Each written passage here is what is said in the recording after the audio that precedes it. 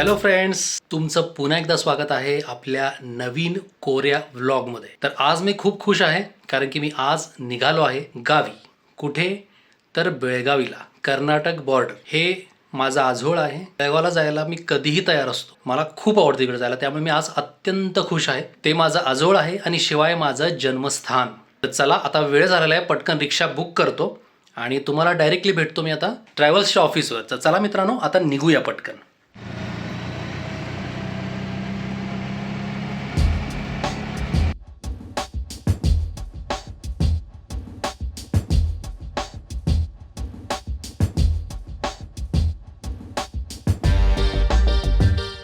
बस पण आपली आता आलेली आहे आणि आपण आता निघूया. चलो.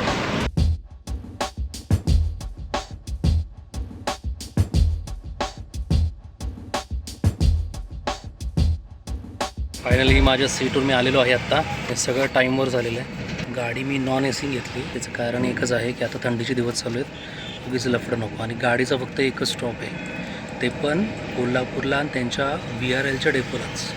कम्फर्ट झालं एकदम. इथं विंडो पण आहे.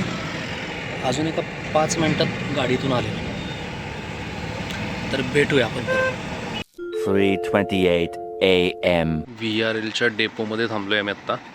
VRLनी बहुतेक वोल्वोच्या नवीन गाड्या घेतलेल्या दिसतात एका नवीन रूटसाठी. जवळपास 1 2 3 4 5 6 7 8 गाड्या दिसतात लागलेली. तर 8. आपली गाडी इथं थांबली. आता मस्तपैकी जरा कॉफी घेऊया, कॅन्टीन घेऊया. कॉफी का चहा घ्यायचं आहे? कॉफी घ्यायचं का चहा घ्यायचं? चहा आहे ना, एकच द्या आणि 1 कप द्या.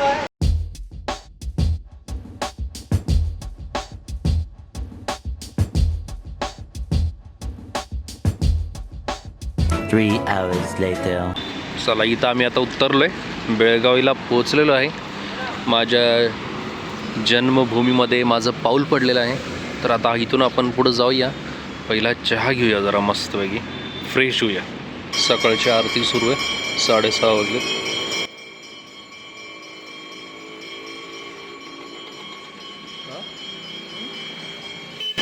की कन्नड कानावर पडतंय म्हणलं. आणि आम्ही इथं बसलोय.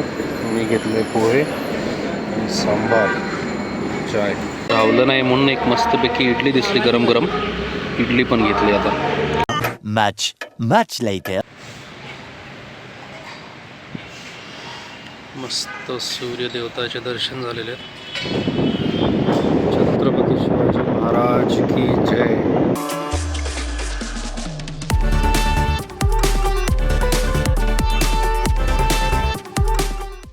8:01 PM. हे आहे बेळगावचं फेमस कोल्ड्रिंक हाऊस म्हणा किंवा आईस्क्रीम पार्लर. इथं मोठ्या प्रमाणात स्वतःचं प्रोडक्शन असतं. तर इथं बसलो आहे आम्ही. कझनसोबत बाहेर आलो आहे आणि त्यांनी मला हे सजेस्ट केलेलं आहे लेमन वाळा ज्यूस. लेट झाला, अर्धा संपलेलाच आहे. The next day. तुमचं सर्वांचं स्वागत आहे बेळगावमधून. तर काल एक दिवस संध्याकाळी माझ्या कझनला भेटलो, त्याच्यासोबत तो टाईम स्पेंड केला आणि थोडंसं बेळगाव आपण एक्सप्लोअर करूया, जरासं फिरूया.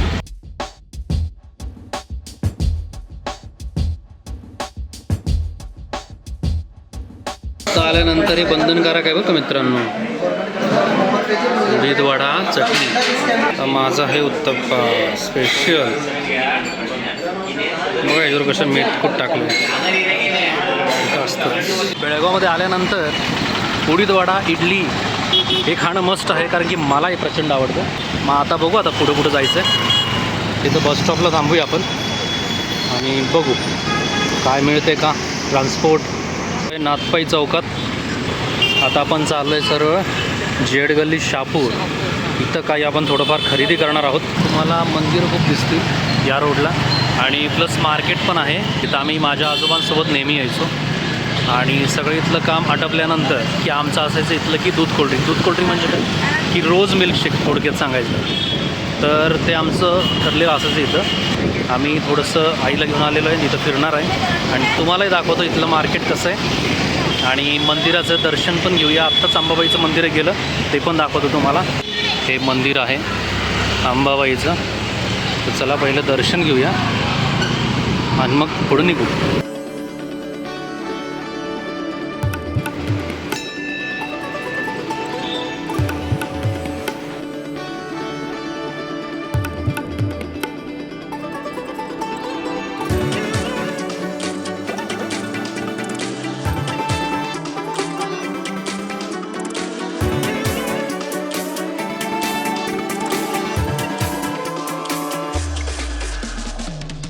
तर आत्ताच अंबाबाईचं दर्शन घेतलं. ह्या मंदिरात मी लहान असताना माझ्या आजोबांसोबत यायचो बऱ्याचदा. आणि ह्या मंदिरामध्ये वैशिष्ट्य असं आहे की इथं लग्नसुद्धा लावले जातात. वरच्या साईडला जेवणाची आणि राहण्याची सोयसुद्धा आहे. तुम्हाला दाखवतो मंडप आहे. वरच्या साईडला जेवणाची राहण्याची सोय आहे. नाशे जिने केलेले आहेत वर जायला. खूप छान आणि मस्त आहे. खूप जुनं मंदिर आहे. हे बघा मित्रांनो, हे एक जुनं मंदिर आहे खूप. श्री महालक्ष्मी मंदिर. बेळगावमध्ये बेकरी प्रोडक्ट्स खूप फेमस आहेत. त्यात एक तुम्हाला दाखवतो. मला म्हणतात दिलखुश. त्याच्यामध्ये अशी सगळी स्टफिंग भरलेली असते आणि याच्यामध्ये यांनी असे 4 कट केलेले आहेत. तर हे बेळगावमध्ये फेमस आहे. आणि हे मसाले टोस्ट जे फक्त बेळगावमध्ये मिळतात. टेस्ट मस्त असायची. आता आहोत खडे बाजार.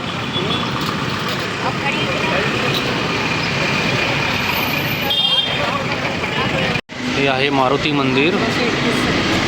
1831ला स्थापना झाली आहे मंदिरची. मारुती मंदिर आहे आणि इथं कार्यालयसुद्धा आहे. लग्नसुद्धा लावले जातात. अतिशय जुनं आणि मस्त मंदिर आहे. याच्यासमोर आहे गणपतीचं मंदिर, गणेशजी. आणि याच्या शेजारी मंदिर आहे नंदीच मंदिर. अंडर रेनोव्हेशन आहे. इथं शंकराचं मंदिर आहे. असे सगळे शॉप्स आहेत इथं बरेच. खडे बाजारला आहोत आपण आत्ता. या साईडला भाजी मार्केट आहे.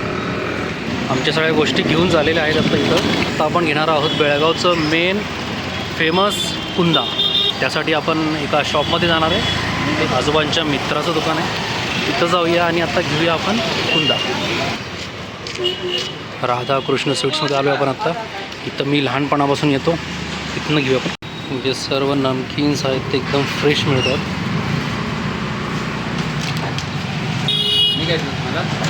तेवढंच. खारेबुंदी पाव किलो करा. बघा हे खारेबुंदी फक्त इथंच मिळतात मोठ्या साईजचे. नाहीतर आपण नेहमी पाहतो असे लहान असतात साईजमध्ये. तर असे मोठे मिळतात. टेस्टला पण एक नंबर. हे स्वीटचं दुकान अतिशय जुनं आहे आणि इथं मी लहानपणी यायचो आजोबांसोबत. आणि इथं या साईडला बसून आम्ही खायचो आणि त्यांचे मित्र पण असायचे इथं. हे बेळगावचा फेमस कुंदा. बेळगावात आल्यानंतर हे तुम्ही खाल्लंच पाहिजे. मस्त आहे. ते पण शक्यतो खडे बाजारमध्ये राधा कृष्ण स्वीट्स. इथं ट्राय नक्की करा. पार्सल रेडी आहे. आता आपण आलेलो आहोत जेड गल्लीमध्ये. मस्जिद पण आहे, शंकराचं मंदिर पण आहे आणि तिसरी गोष्ट चर्चसुद्धा आहे. असं ह्या एका गल्लीमध्ये सगळ्या तिन्ही गोष्टी आहेत. या रोडने सरळ जायचं. इथं तुम्हाला पाहायला मिळेल जुने कौलारू घरं. बघू शकता. इथं आहे माझं आजोळ.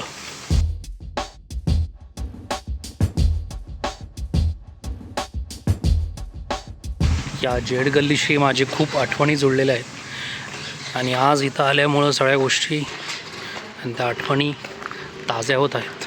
ही जुनी घरं लोकांनी आता रेनिशनमध्ये केलेली आहेत. इथं बिल्डिंग बांधलं आहे. कोणी इथलं स्वतंत्र घर बांधलेलं आहे.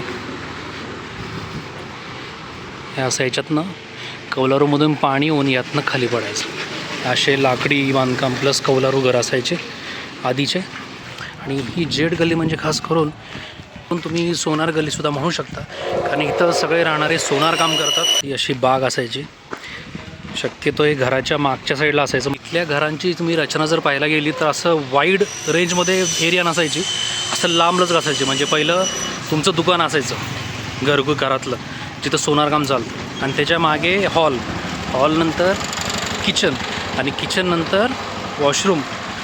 त्याच्यानंतर डायरेक्ट मागच्या साईडला गेल्यानंतर परसाद. आम्ही इथं परसाद म्हणायचो. म्हणजे एक गार्डन.